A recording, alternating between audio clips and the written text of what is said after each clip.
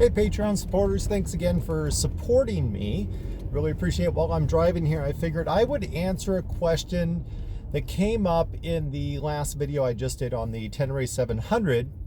Paul and I both liked the suspension on that bike, and the comments were fairly consistent that the other reviewers in general didn't like that suspension. And I want to address the reason why it's most likely that Paul and I liked that suspension, but yet others did not. And it has to do with what your perception of traction is and how the bike is actually ridden. Although Paul and I did grinding and we jumped the bike and we did a bunch of stuff on it, the reality is most of your driving or your riding on that motorcycle is not going to be motocross style riding. You're going to be on dirt roads, rough roads, rock, and most likely your wheels are going to be in contact with the ground most of the time. What that means is that we really want compliant suspension. That means we want the suspension to be able to move as quickly and responsibly as possible. What a lot of riders don't understand is, number one, that stiff suspension where you can take those big jumps and not bottom out is unrealistic for most scenarios. So we bottom out when we jump, that's fine, because that's not what that bike is built for. But also that stiff suspension that's not bottoming out means it's also rebounding off of rocks, it's rebounding off of bumps, it's not smooth, and that in turn causes fatigue to you as a rider. If you're getting beat up and the bike's bouncing around, you're holding on or you're just always moving, trying to let the bike move around you. Whereas if the suspension's more compliant, if it feels a little soft, then it's going to be, provide less fatigue. It's not gonna wear you out.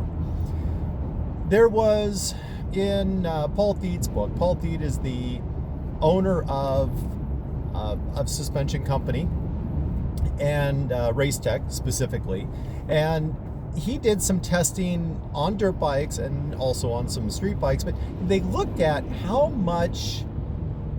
compliant your suspension need to be, how much rebound, how much compression was needed to maximize traction. And part of the way they did this is they had bikes accelerating and they were measuring the amount of roost using high-speed cameras coming off the back and then the acceleration rate.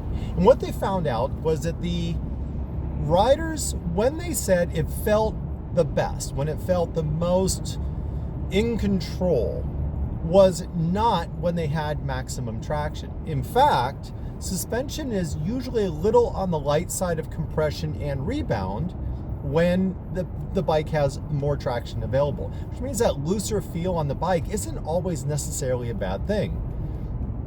When Paul and I reviewed that bike, we're looking at the performance of the motorcycle. How fatigued are we? How much is the bike getting beat up? When we're riding over roots and rocks, that's what we're paying attention to. Not like, I like how the bike feels. No, I want to know the bike is in control and how tired I am. And I believe, no, they're not going to let me merge.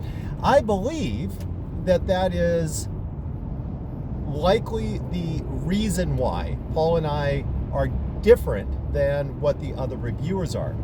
The interesting thing is, engineers are not interested in feel, they're interested in performance.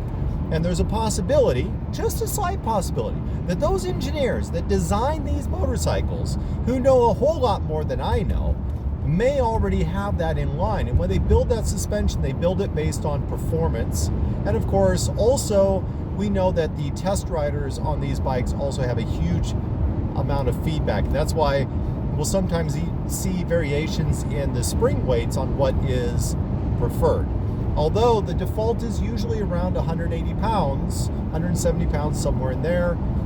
Generally, if you're heavier, you're going to need a stiffer spring. If you're lighter, it may not. You may need a lighter spring on that. Well, there you go, guys. Just thought while I was heading off to get my international driver's license, I'm heading off to South Africa in a couple of weeks, I would just share that little answer that you may or may not have already asked. If not, I hope you're a little smarter for it.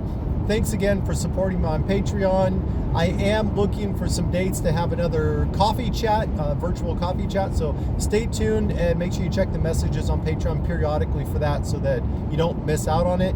I will also look at doing 2 different dates, and I know a lot of you are international, and so you don't fall into my date line. So I'll look at the East Coast of the US, and I'll also look at the other side of the world. Or I'll just do 2. I'll do one here in the US and one while I'm over in South Africa. Thanks again. Hope you guys enjoyed this.